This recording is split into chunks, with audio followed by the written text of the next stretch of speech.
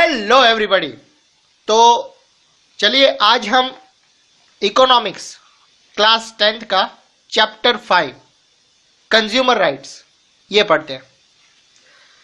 तो यहां पर आप देख सकते हैं कि कंज्यूमर कोर्ट्स के कुछ वर्डिक्ट्स यानी कि कुछ डिसीजंस की न्यूज़ क्लिपिंग्स हैं।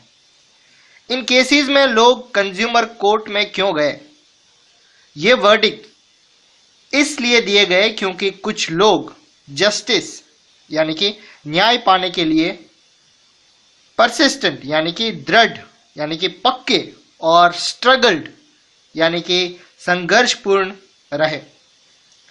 किस तरह वो जस्टिस को पाने के लिए तरसते रहे। इससे भी ज्यादा इंपॉर्टेंट ये है कि जब उन्हें लगा कि उनके साथ गलत हुआ है तो सेलर से फेयर डील लेने के लिए वो कंज्यूमर राइट्स का प्रयोग कैसे करते हैं। चलिए देखते हैं आगे। The consumer in the market place. Market में हमारी भागीदारी यानी कि कंज्यूमर की भागीदारी प्रोड्यूसर्स एंड कंज्यूमर्स दोनों के रूप में होती है। गुड्स एंड सर्विसेज के प्रोड्यूसर्स के रूप में हम पहले एग्रीकल्चर, इंडस्ट्री और सर्विसेज जैसे सेक्टर्स में काम करते हैं। कंज्यूमर्स की भागीदारी यानी कि उसका पार्टिसिपेट मार्केट में तब होती है जब वो अपनी जरूरतों के हिसाब से गुड्स एंड सर्विसेज को खरीदते हैं। कंज्यूमर्स के रूप में लोगों द्वारा यूज किए जाने वाली ये फाइनल गुड्स होती है, यानी कि हम जो भी चीज इस्तेमाल करते हैं वो फाइनल प्रोडक्ट होती है। वो सारी प्रोसेस खत्म होने के बाद हमारे पास आती है। पिछले कुछ चैप्टर्स में हमने डेवलपमेंट को बढ़ावा देने के लिए जरूरी रूल्स एंड रेगुलेशन या उसके लिए उठाए जाने वाले स्टेप्स की जरूरतों को डिस्कस किया था। इसका इंपॉर्टेंस अनऑर्गेनाइज्ड सेक्टर्स के वर्कर्स की प्रोटेक्शन के लिए उसी तरह हो सकता है जिस तरह मनी लैंडर्स द्वारा लगाए जाने वाले हाई इंटरेस्ट रेट से लोगों को बचाने के लिए रूल्स एंड रेगुलेशन की जरूरत होती है। इसी तरह से एनवायरनमेंट की सुरक्षा के लिए भी रूल्स एंड रेगुलेशन की जरूरत है। फॉर एग्जाम्पल, इनफॉर्मल सेक्टर्स के मनी लैंडर्स जिनके बारे में आप पहले के चैप्टर 3 में पढ़ चुके हैं कि बोरोवर्स यानी कि कर्जदार पर बाइंड यानी कि बंधन डालने के लिए तरह तरह के वो दाव पेच यानी कि ट्रिक्स अपनाते हैं। टाइमली लोन के कारण वो एक टाइम लिमिट में वो लोन ली जाती है कि इतने टाइम में मैं चुका दूंगा। सो टाइमली लोन के कारण वो प्रोड्यूसर्स को अपनी प्रोड्यूस लो रेट पर बेचने के लिए मजबूर कर देते हैं। वो स्वप्ना एक कैरेक्टर है, स्मॉल फार्मर को लोन चुकाने के लिए अपनी जमीन को बेचने को मजबूर कर सकते हैं।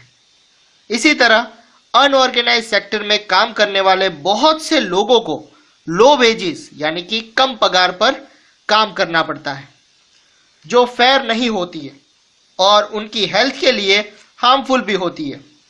ऐसे एक्सप्लॉयटेशन यानी कि शोषण को रोकने के लिए और उनकी प्रोटेक्शन के लिए हमने रूल्स एंड रेगुलेशन की बात की है।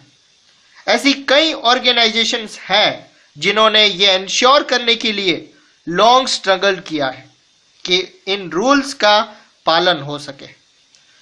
बाजार में भी कंज्यूमर की प्रोटेक्शन के लिए रूल्स एंड रेगुलेशन की जरूरत होती है क्योंकि अकेला कंज्यूमर अपने आप को वीक पोजीशन में पाता है। खरीदी गई गुड्स एंड सर्विसेज के बारे में जब भी कोई कंप्लेन होती है तो सेलर सारी रिस्पॉन्सिबिलिटी बायर पर डालने की कोशिश करता है। ये उनका रिस्पॉन्स होता है इस तरह से कुछ कि आपने जो खरीदा है अगर वो आपको पसंद नहीं है तो कहीं और जाइए, कहीं और से ले लीजिए। मानो बिक्री हो जाने के बाद सेलर की कोई जिम्मेदारी रहती ही नहीं है। कंज्यूमर मूवमेंट जिसके बारे में हम आगे बात करेंगे इस सिचुएशन को बदलने का एक प्रयास है। मार्केट प्लेस में एक्सप्लॉइटेशन यानी कि शोषण के कई रूप में होते हैं। फॉर एग्जाम्पल, कभी कभी ट्रेडर्स यानी कि व्यापारी अनफेयर ट्रेड प्रैक्टिस करने लग जाते हैं, जैसे शॉपकीपर वेटलेस यानी वजन से कम वजन तोलते हैं, या ट्रेडर्स उन चार्जेस को ऐड कर देते हैं जिनका मेंशन उन्होंने पहले नहीं किया था, या एडल्ट्रेटेड यानी कि मिलावटी और डिफेक्टिव गुड्स बेची जाती है। जब प्रोड्यूसर्स थोड़े और पावरफुल होते हैं और स्मॉल अमाउंट में खरीदारी होती है, और ऐसा कह सकते हैं कि स्कैटर्ड यानी कि बिखरे हुए होते हैं, तो मार्केट फेयर मैनर में काम नहीं होता। स्पेशली ये सिचुएशन तब होती है जब इन गुड्स का प्रोडक्शन बड़ी बड़ी कंपनियां कर रही हो। Huge wealth, powerful and rich कंपनियां अलग अलग तरीके से मैनिपुलेट यानी कि चालाकी से मार्केट को प्रभावित कर सकती हैं। कंज्यूमर्स को अट्रैक्ट करने के लिए वो टाइम टाइम पर मीडिया और दूसरे सोर्सेज से फॉल्स इंफॉर्मेशन देते हैं। फॉर एग्जाम्पल, एक कंपनी ने यह क्लेम करते हुए कहा कि वो मां के दूध से ज्यादा इफेक्टिव हमारा मिल्क पाउडर प्रोडक्ट बेटर है। ज्यादातर साइंटिफिक प्रोडक्ट के रूप में बेबीज के लिए मिल्क पाउडर पूरे वर्ल्ड में कई सालों तक बेचा गया।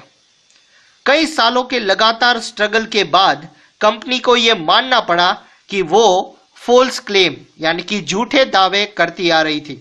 इस तरह सिगरेट मैन्युफैक्चरिंग कंपनी से यह बात मनवाने के लिए कि उसका प्रोडक्ट कैंसर का कारण हो सकता है, कोर्ट में लंबी लड़ाइयां लड़नी पड़ती है। कंज्यूमर्स की प्रोटेक्शन एंश्योर करने के लिए रूल्स एंड रेगुलेशन की जरूरत है।